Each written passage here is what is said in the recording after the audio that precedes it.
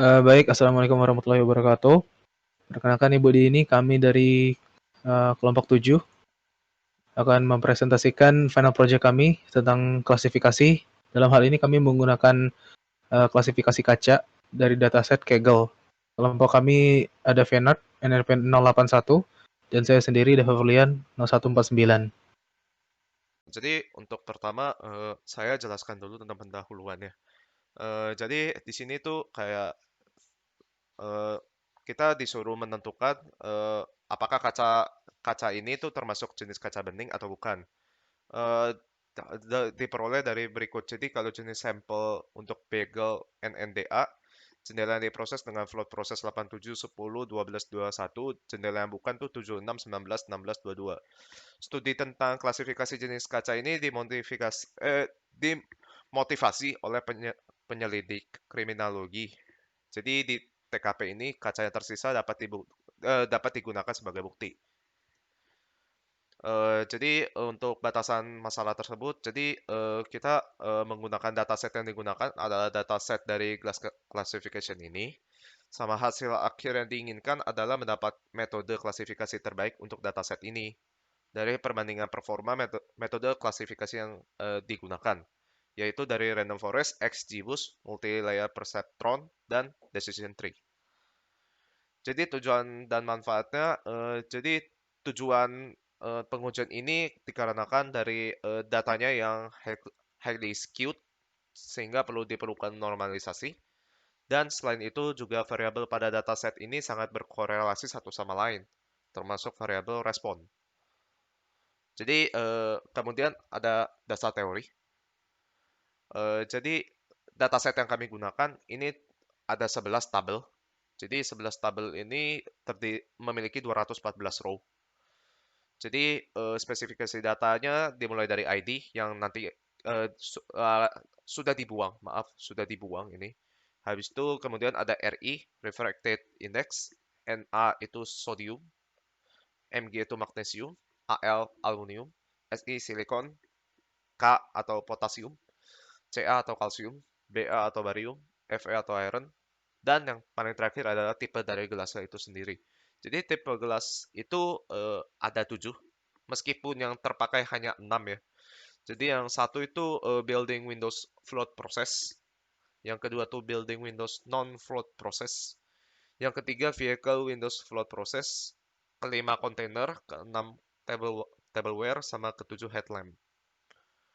Jadi metode pre-processing yang kami lakukan itu dengan pertama pengecekan missing value, kedua pemeriksaan duplicate value, dan yang ketiga normalisasi. Jadi normalisasi itu untuk menyamakan skala range dari 0 sampai 1. Jadi metode klasifikasi yang kami gunakan seperti sebelumnya akan kami gunakan random forest, XGBoost, multi-layer perceptron atau MLP, dan decision tree. Oke, jadi untuk pengukuran performa ini digunakan 4 pengukuran. Pertama tuh akurasi, precision, recall, dan F1 score. Ya, kemudian ada desain sistem dan implementasi. Jadi desain sistem dan implementasi kami, eh, jadi alur kerjanya seperti ini. Jadi import semua library yang dibutuhkan, kemudian load dataset, habis itu deskripsi data dan analisa, kemudian praproses. Praproses ini dibagi menjadi dua, handling missing value sama handling duplicate value. Habis itu lakukan normalisasi pada train dan test set, membuat matriks evaluasi, lakukan training pada berbagai model. Ini ada 4, random forest, XGBoost, multi-layer perceptron, dan decision tree. Kemudian kami tampilkan hasil sementaranya. Baru kami melakukan tuning parameter. Jadi tuning parameter kami pertama menggunakan hyperparameter saja. Yang kedua baru menggunakan grid search untuk hyperparameter tuning. Jadi grid search ini kami menggunakan grid search random forest, decision tree, sama MLP. Jadi baru kami tampilkan hasil akhirnya. Berikut adalah contoh dari flowchart kami. Oke, jadi untuk implementasi kita taruh di Google Colab. Mungkin perlu dibuka. Nah,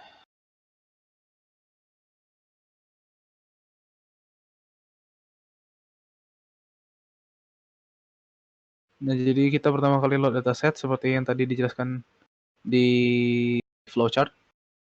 Kemudian lanjut ke bawah. Ini untuk membaca datasetnya. Ini dapat deskripsinya. Kemudian kita dapat deskripsi dari datasetnya, ada nilai minimal, nilai maksimum, terus ada jumlah data, terus ada rata-rata, dan lain sebagainya. Terus kita melihat jumlah missing value. Dalam hal ini tidak ada missing value. Kemudian kita cek juga duplicate. Dia ada duplicate, namun karena jumlah duplicate-nya hanya 1 setelah kami periksa, jadi tidak kami drop. Kemudian ini untuk labelingnya, langsung ke preprocess.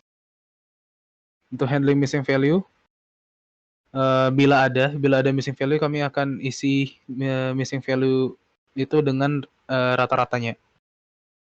Namun dalam hal ini kita tidak ada, makanya bisa di skip. Lanjut, kita tidak menggunakan label encoder karena tipe dari kelas yang disediakan sudah dalam bentuk angka seperti yang dijelaskan sebelumnya. Kemudian lanjut untuk terus train test splitnya kita menggunakan 30% untuk tes dan 70% untuk trainingnya. Kemudian lanjut normalisasi, kita melakukan normalisasi dengan menggunakan standard scaler. Untuk karena datasetnya ini memiliki range angka yang berbeda-beda, jadi kita menggunakan standard scaler supaya dia itu berkisar dari 0 sampai 1 saja. Terus untuk evaluation-nya, evaluation matrix kita menggunakan akurasi, presisi, recall, dan score F1. Kemudian untuk model, pertama kita lakukan training model untuk semua model yang ada, yaitu random forest, Gini, dan entropy. Pertama ini kita lakukan training dengan membiarkan parameternya secara default. Kemudian setelah entropy kita ada XGBoost juga, MLP, dan juga decision tree. Semuanya masih menggunakan parameter default. Nah, setelah ini baru kita lakukan pengujian dengan lakukan tuning parameter.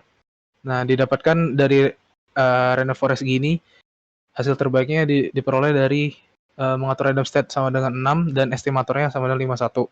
Untuk Gini, didapat hasilnya 87,69 dan lain-lain.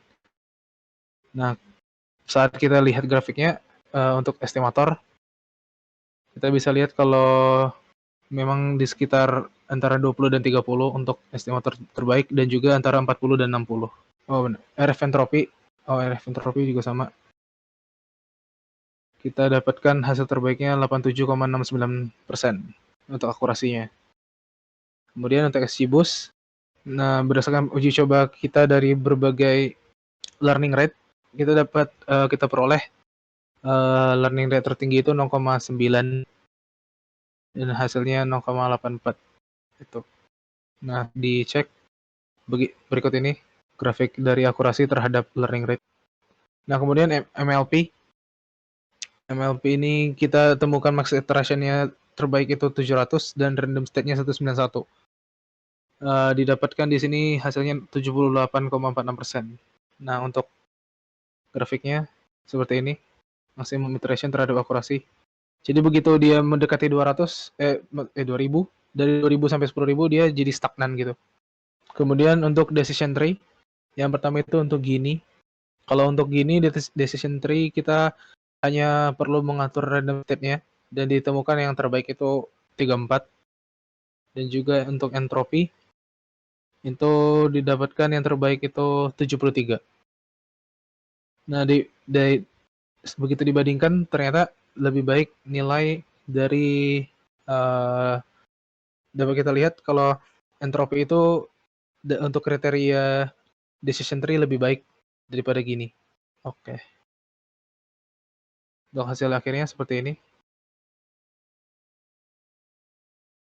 Dapat dilihat kalau RF atau random forest menggunakan Gini dan entropy itu mirip ya. tapi yang terbaik itu menggunakan Gini.